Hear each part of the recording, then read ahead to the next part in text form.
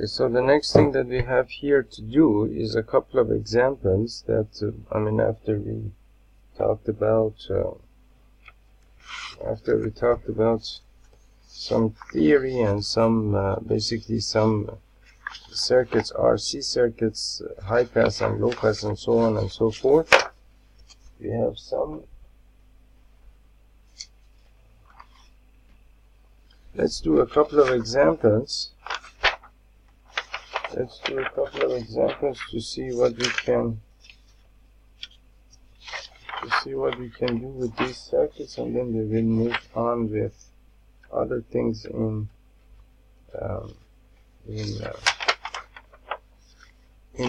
basically these AC circuits. So I have an example that says find the basically I have some components value and I have some circuit over here. Let's say that you have a circuit over here, something like this. For example, you have some signal coming in here, a resistor, and this is a capacitor, right? And this goes to ground, and this over here is your V of out, this over here is your V of in, and this is 10 volts peak to peak, 10 volts peak to peak, and the frequency is 60 Hertz. The frequency is 60 Hertz here.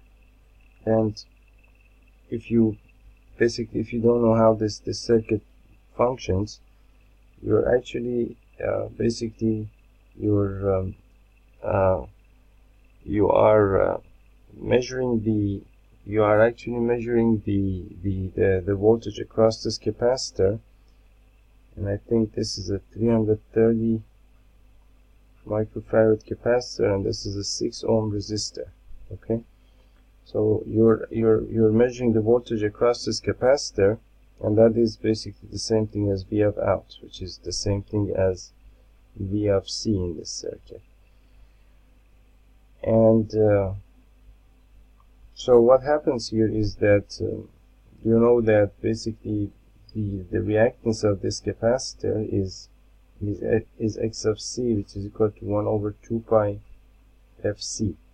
So as the frequency increases, the reactance decreases. So, and if you were to do the graph of this circuit, if this is your input frequency and this is your output voltage, so what would happen is that as you increase your frequency, your reactance is going to decrease. As your reactance over here decreases, the voltage drop across this capacitor is going to decrease, meaning that you are going to end up with some graph like this. At very low frequencies, you have a very high voltage very close to the supply voltage, and then 10 volts peak to peak, and then over time, not over time, but depending on the frequency, there is a sharp decline in the voltage. There is a sharp fall in the voltage, and it gets somewhere over here and gets steep. Then from some point over here, it doesn't depend on the frequency anymore. It remains constant no matter how much you increase your frequency. And it would actually be nice to be able to spot those points, but for that we need some calculus, which at this time we don't really want to do at this time. We want to get more familiar with these circuits. So what I want to actually calculate in these circuits is basically I want to calculate X of C and also Z, the impedance, V of out, and I want to calculate V of R the voltage across the resistor, and also I want to calculate the current flowing through the circuit, which is I, and also the phase angle, the theta, probably, if you want to call it theta. Now, of course, we have two angles over there. You have phi and theta. Depending on what you want to calculate, you have to find this one or the other one. We will get to that.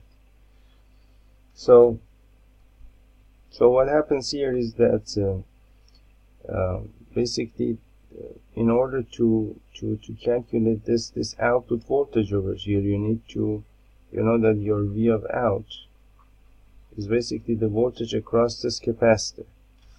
Is the voltage across this capacitor, and this capacitor is, and I want to do all of this on a separate sheet. I'm going to keep this clean, and I want to ask you to excuse all of these writings and these were I got these papers from some flip chart that had been used before, but of course not very heavily, so there's occasionally some marks over here which we can simply ignore, because this paper can still be used. So basically on this circuit, what I want to do, I want to calculate the V of out, which is basically the voltage across this capacitor. So V of out is actually equal to, as we described in the previous examples, it's just like a DC circuit. So for example, you have these two resistors in a voltage, simple DC voltage divider circuit, and we said that, for example, if this is R1 and this is R2, then the voltage across this resistor over here, and this is V of S, for example, the voltage across this resistor here would be V of R2, which is equal to R2 over R1 plus R2, and R1 plus R2 is actually the equivalent resistance in this circuit. Okay, and R2 is basically the value of resistance over here, and you want to find the voltage drop across the same 2 points times V of in, or V of S, basically. So that's basically what we do in a DC circuit. In an AC circuit, you basically do the same thing, except that the equivalent resistance in this circuit is technically called impedance.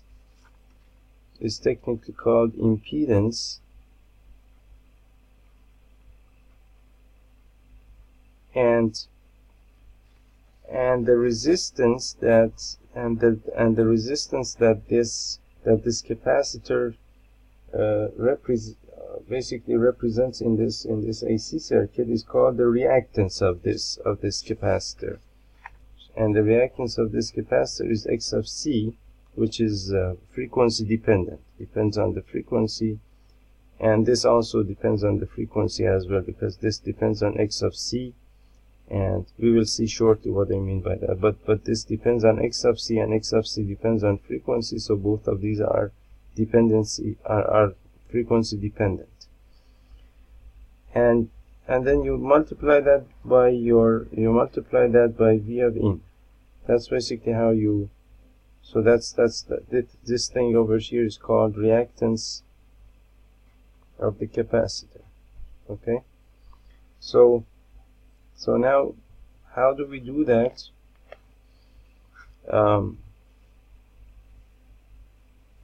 So first we need to calculate X of C and Z, and then we will get back to this formula.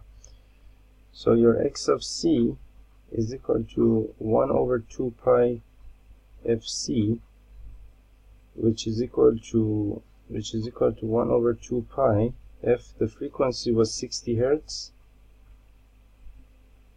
60 Hertz, and your capacitance was 330 microfarad. So 330 into 10 raised to the power negative 6 farad. So this is, you can basically do the whole thing with the calculator. I don't want to.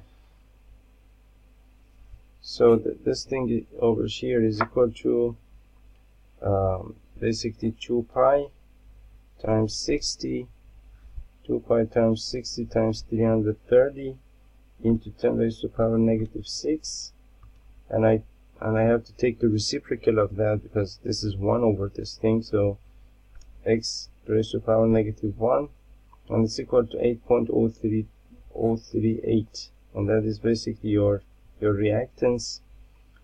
So it's approximately equal to 8.04 ohm. Basically the unit over here is ohm, because it's actually some sort of resistance. So they have given it the unit ohm, and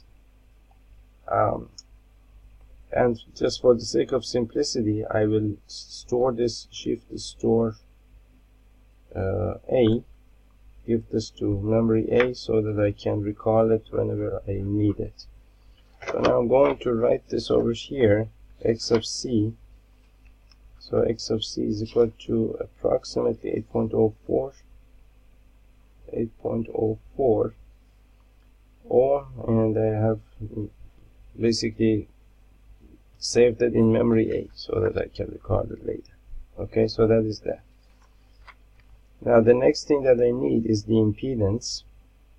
So as you remember, the impedance is equal to the square root of x of c squared plus r squared. That's the impedance, and that's basically the same thing as this equivalent resistance in this circuit. So it's equal to the square root of basically 8.04 squared plus r squared, and my resistor over here was 6 ohm, so that's 36. 6 squared is 36. And so if you want to calculate this, the square root of I save this to memory A, so alpha A squared plus 36, and that's equal to 10.03, approximately 10.03 ohm again. So this is called impedance, and the unit here is again ohm. The unit over here is again ohm.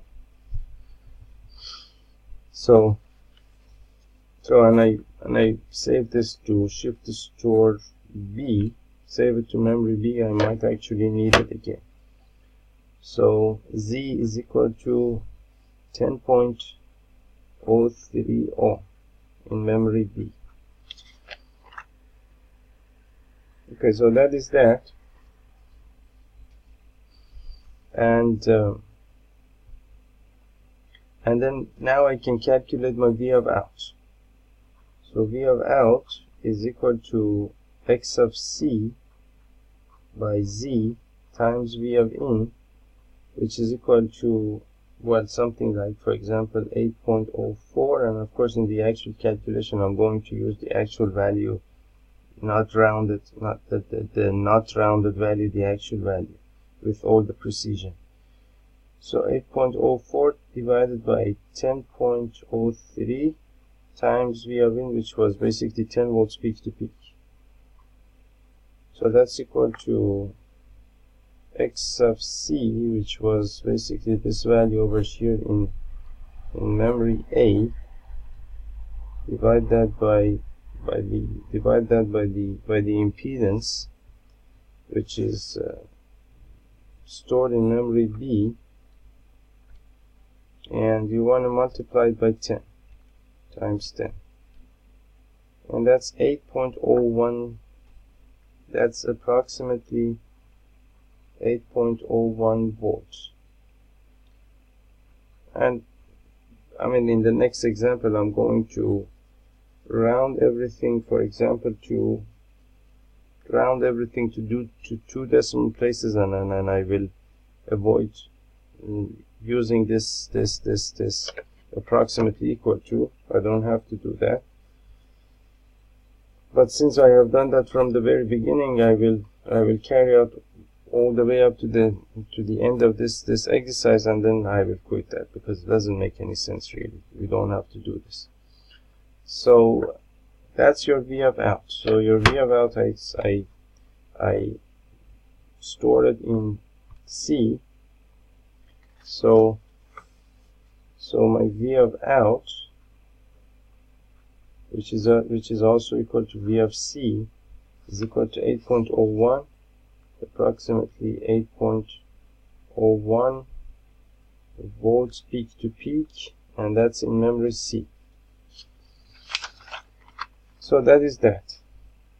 Now I needed X of C, Z, V of out. These three we have calculated. So now all I need is V of R, I, and theta or phi. Okay, so now in order to find the voltage across the resistor here, the peak to peak voltage across this resistor, in a DC circuit like this, in a DC circuit we said that basically you have V of R1 and V of R2 and then V of S. And over here what happens is that V of R1 plus V of R2 is equal to V of S. That's basically the relationship between the voltage drops across these two resistors and the power supply in a DC circuit. But what happens in an AC circuit, some circuit like this, is that the relationship between the voltage drops across the resistor and the capacitor and the supply voltage here is V of in whole squared is equal to V of R squared plus V of C squared. Okay, so that's the relationship in this circuit. In this circuit over here. Okay. So now I know what basically what V of in is. What V of in was 10 volts peak to peak, and remember that you have to use the right voltages, meaning that you cannot just use, for example, the RMS voltage somewhere and then use the peak to peak voltage somewhere and then use the peak voltage somewhere. You cannot do that. If you start with the peak to peak voltage, then you have to use the peak to peak voltage for each of these elements over here. Otherwise the calculation would simply be wrong, because you cannot add an apple to an orange. You cannot add them together. An apple is something else, an orange is something else. Okay, although their units might be the same, actually the units are not the same either, because the unit of, for example, when you have some voltage like this, so this is a peak to peak voltage, V of PP, and this would be a peak voltage over here, V of P, and this would be, for example, an RMS voltage, V of RMS. Okay, so the unit for this voltage would be V of, for example, I don't know, whatever the magnitude is, V of RMS. The unit for this voltage would be V of P, and the unit for this voltage would be V of peak to peak. So even the units are different, so you cannot actually add them together. Okay, so that's one thing to remember. So now I want to take a few minutes rest, and I'll be back with you with the rest of this exercise. Okay, so the next step here is to calculate V of the voltage across the resistor. So V of in squared is equal to 10 squared peak to peak, which is equal to V of R squared. That's basically what we want to calculate. And V of C squared was basically approximately 8.01 squared peak to peak, and that was basically in one of the memories we can use them. So V of R squared is equal to 10 squared minus 8.01 squared, and V of R is equal to the square root of 10 squared minus 8.01 squared. 8.01 squared, which is equal to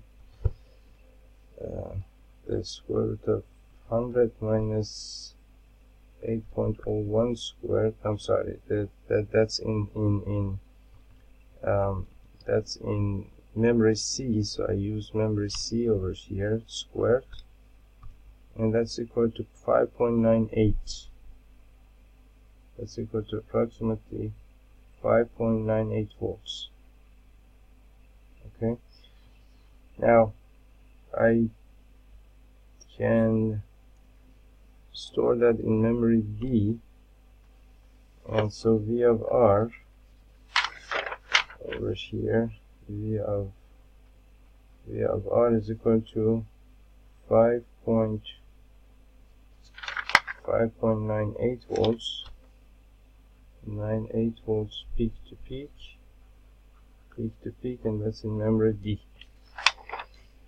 Okay, so that is that. Now what we need to do here,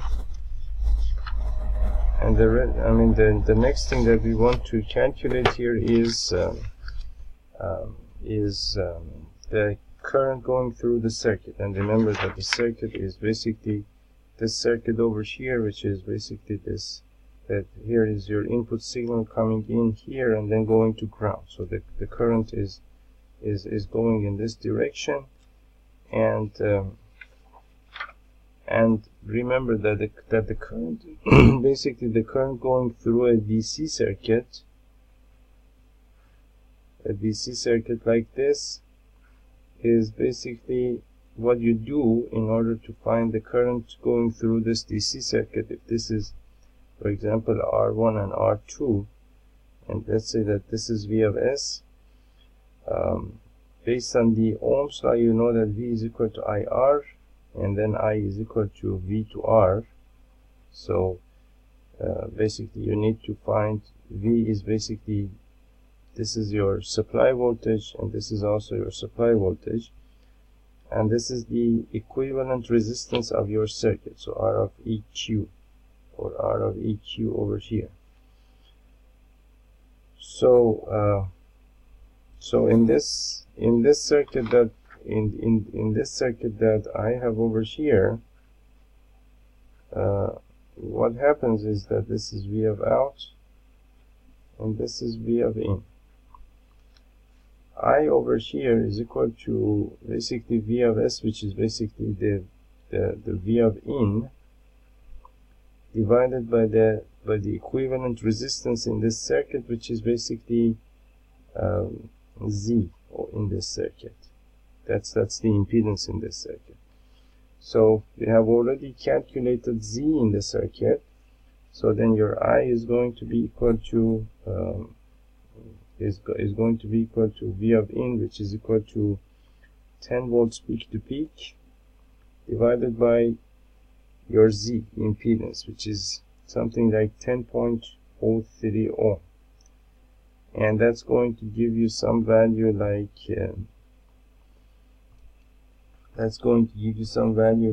10 divided by memory B, and that's 0.9969, 0.99, so that's the same thing as 0, so that's I take it as 1 amp.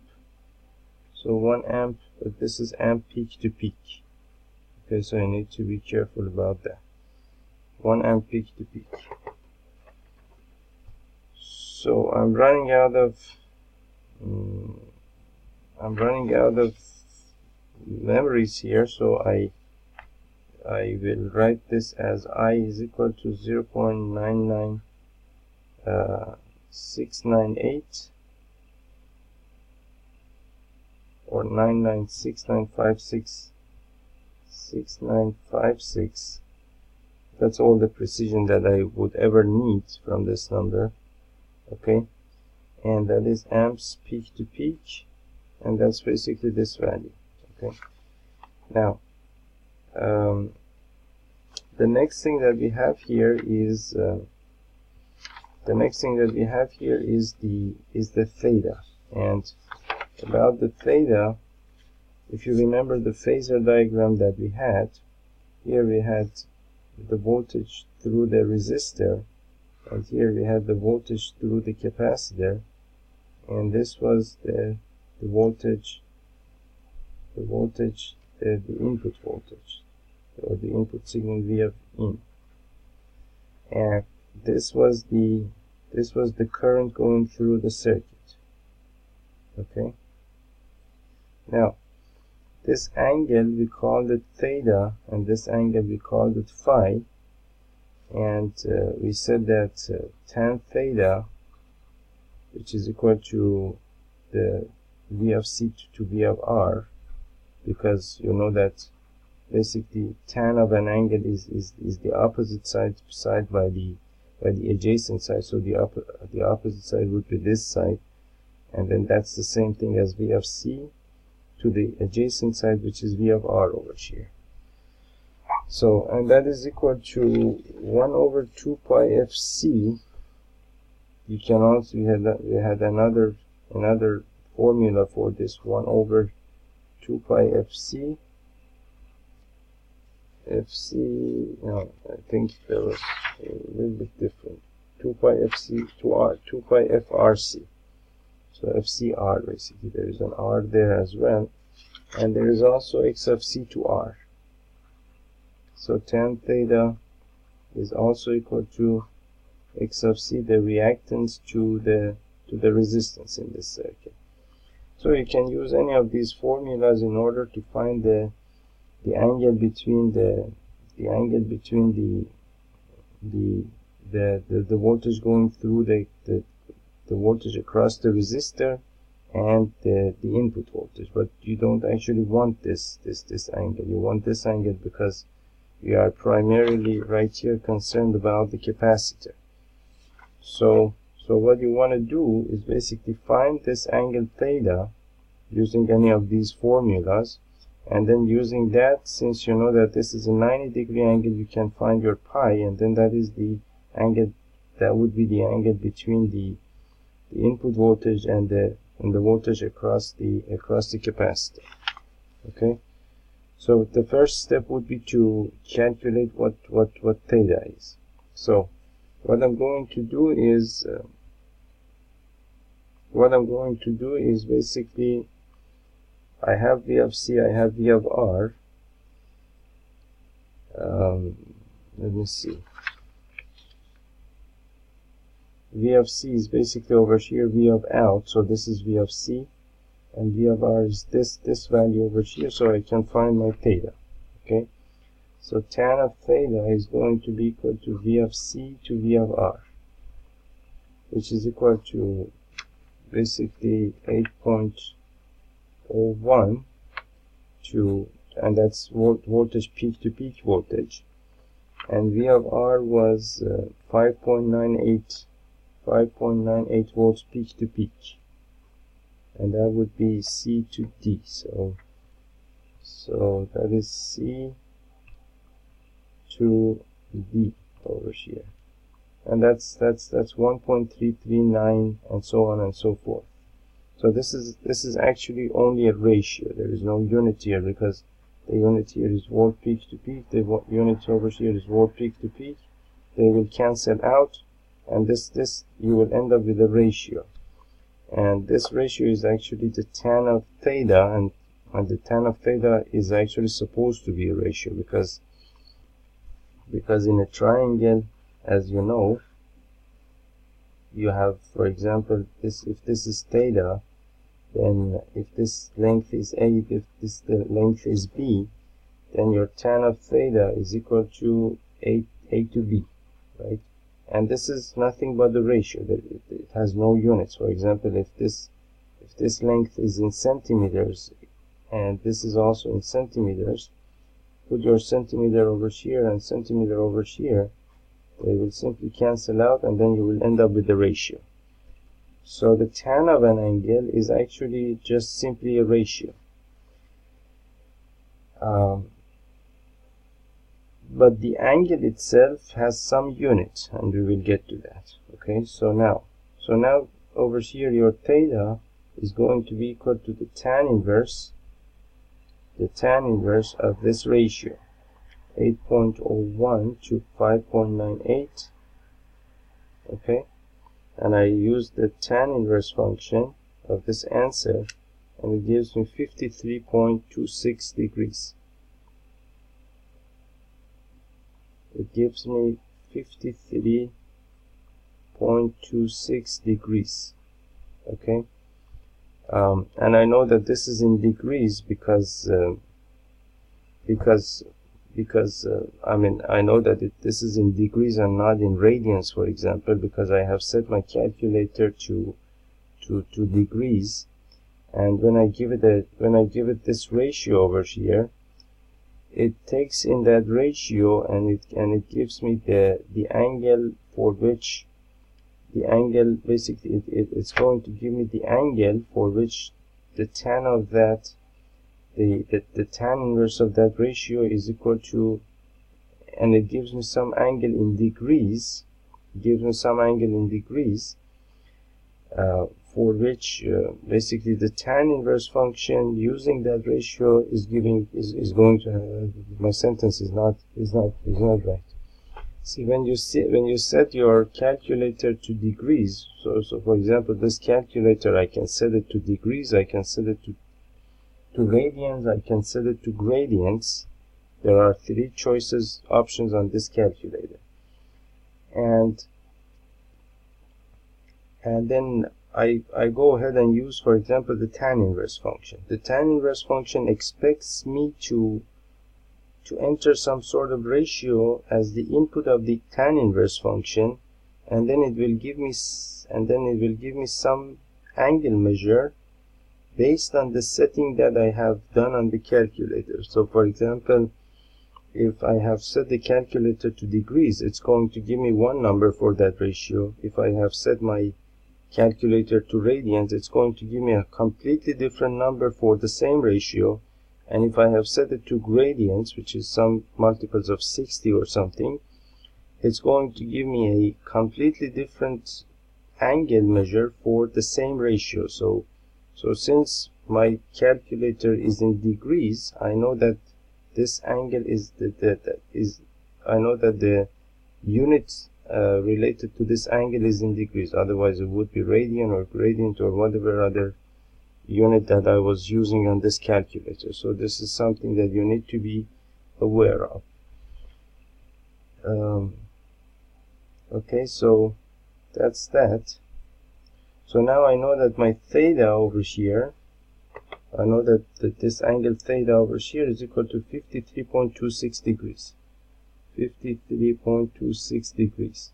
Okay, and I know that the sum of these two angles is 90 degrees. So I know that theta plus phi is equal to 90 degrees. So theta is equal to 53.26 degrees plus phi is equal to 90 degrees. So phi is equal to 90 degrees minus 53.26 degrees, which is equal to something like, I don't know, I can calculate this somewhere over here. 90 minus 53.26, and that's 0, 0. Let's say this is 8, 9, 9, 10, and that's I'm subtracting, so that's a 4, 7.6, and 36.74, which is equal to 36.74 degrees. Okay, so that's the phase angle between the voltage across the capacitor. That's the phase angle for the voltage across the capacitor and the input voltage, 36.74 degrees. So here theta is equal to 53.26 degrees, and phi is equal to 36.74. 36.74 degrees. Okay, and